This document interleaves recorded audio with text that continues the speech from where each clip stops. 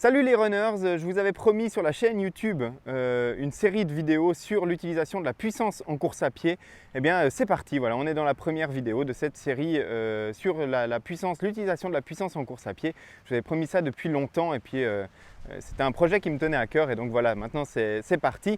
Donc l'idée c'est de réaliser chacun des épisodes sur une petite thématique par rapport à ça pour prendre en main, pour commencer à comprendre et à s'approprier un petit peu ces données de puissance. C'est adressé pour tous les coureurs à pied, ceux qui n'ont jamais utilisé ces données de puissance ni en course à pied ni à vélo, ou alors pour les cyclistes qui souhaitent transiter en fait de la mesure de puissance du vélo sur la course à pied et puis savoir quel parallèle on peut tirer entre l'utilisation de ces deux techniques de mesure et puis quelle différence il peut y avoir entre les deux.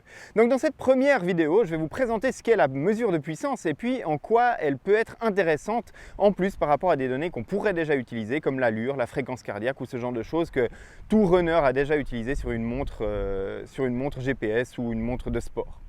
Donc peut-être que le tout début, c'est d'expliquer un petit peu qu'est-ce que c'est que la puissance et en quoi c'est nouveau de mesurer la puissance dans la course à pied. Il faut savoir que la puissance, c'est une quantité de travail, donc c'est de la force qu'on va appliquer sur une certaine durée de temps.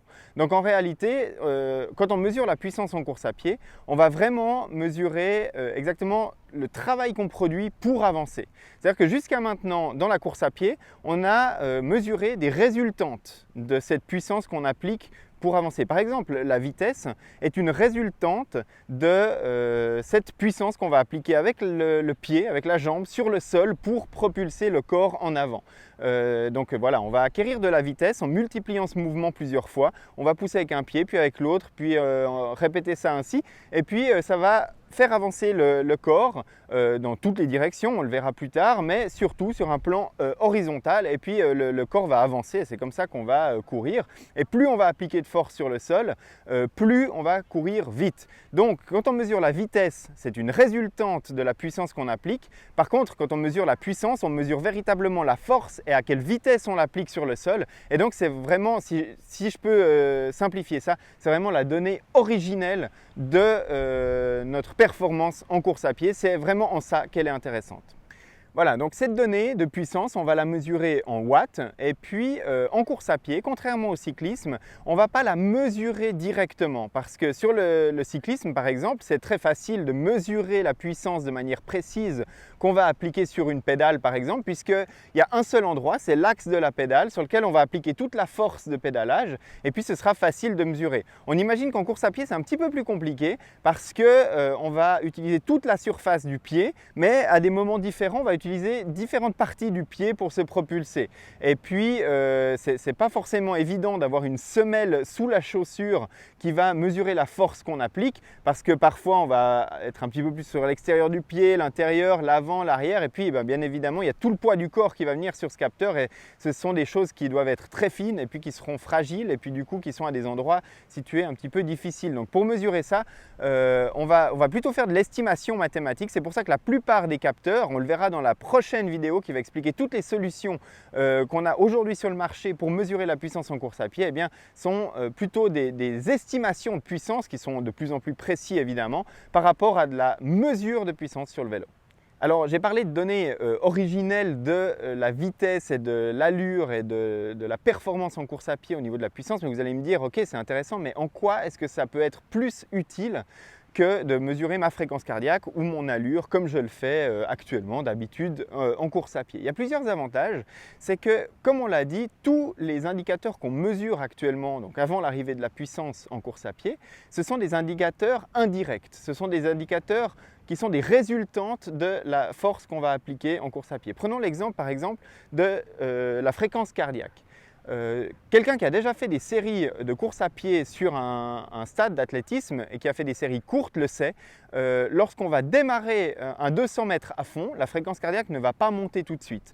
On va appliquer de la force très fort dès le début du 200 mètres, donc la puissance va immédiatement augmenter. Par contre, la fréquence cardiaque va avoir un délai avant de s'adapter, avant que le corps se dise « tiens, j'ai besoin de plus d'oxygène pour les muscles ». La fréquence cardiaque va commencer à augmenter et puis il y a une dérive, il y a un certain délai dans cette mesure. De plus, ceux qui ont couru des marathons le savent également, la fréquence cardiaque va avoir tendance à diminuer avec la fatigue. Et donc, ce n'est pas quelque chose qui est entièrement fiable. Et puis maintenant, au niveau de l'allure, on a aussi des problématiques avec l'allure. Admettons que l'allure, je souhaite courir à 5 minutes au kilomètre. C'est un indicateur, vous allez me dire, qui est fiable. Oui, tant qu'il n'y a pas de vent, tant que la nature du terrain est la même, par exemple quand c'est plat ou quand c'est en faux plat montant, mais si tout d'un coup il y a une colline à monter, mon 5 minutes au kilomètre, il va devenir beaucoup plus difficile à tenir que si je cours en descente. Tandis que la puissance, elle s'adapte à la pente. Elle s'adapte, maintenant on le verra aussi avec les capteurs modernes, à la force du vent qui va soit nous aider, soit venir contre nous. Et donc ça, c'est une mesure qui sera beaucoup plus universelle. Et puis elle permet également de comparer des courses ou des entraînements de course à pied qui jusque-là n'étaient pas comparables. Donc dans cette série de vidéos qui va parler de puissance en course à pied, je vais essayer d'être le plus générique possible pour pouvoir parler de toutes les solutions de mesure de puissance qui existent sur le marché et que chacun puisse l'utiliser. Mais invariablement, je vais faire des allusions au capteur Stryd puisque c'est la référence aujourd'hui en termes de mesure de puissance en course à pied. À mon avis, c'est la solution la plus complète. C'est à mon avis la solution la plus précise aussi. On en parlera dans le prochain épisode. Donc je vais essayer de rester générique un maximum, mais il y a quand même certaines spécificités ou certains épisodes ou certaines fonctionnalités. Alors j'essaierai de le mettre clairement en avant et en lumière, mais qui sont spécifiques au Stryd ou alors en tout cas qui seront spécifiques à quelques-uns des capteurs que je vais vous présenter dans la prochaine vidéo. Voilà. Donc j'espère que cette première introduction de puissance en course à pied vous aura intéressé, qu'elle aura suscité votre intérêt. Maintenant, je vais essayer de mettre chaque semaine une vidéo de ce type qui expliquera une fonction particulière de la puissance en course à pied, de la mesure de la puissance en course à pied, pour qu'on découvre au fil des semaines comment l'utiliser, comment s'approprier cette donnée, comment commencer, puis comment ensuite comprendre, analyser ces chiffres, utiliser toutes les informations qui sont utilisables par ce type de capteur pour améliorer ses entraînements et puis améliorer aussi sa gestion de course en course à pied. Enfin voilà, intégrer ça de manière naturelle, pas que cette puissance de course à pied ne soit finalement qu'un chiffre supplémentaire à afficher sur la montre et puis que finalement ça ne serve pas à grand chose de plus que ça. C'est pas l'intérêt.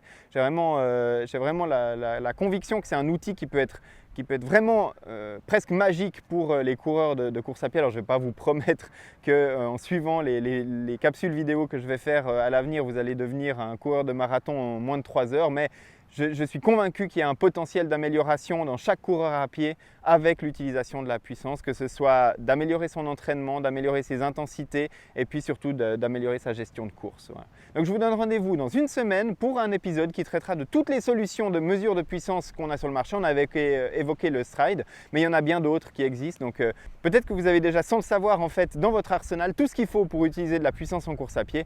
Donc on découvrira ça de manière complète dans le prochain épisode. Donc abonnez-vous à la chaîne, abonnez-vous à la playlist qui est sur YouTube pour ne rater aucune de ces vidéos sur la puissance en course à pied et puis je vous donne rendez-vous dans une semaine.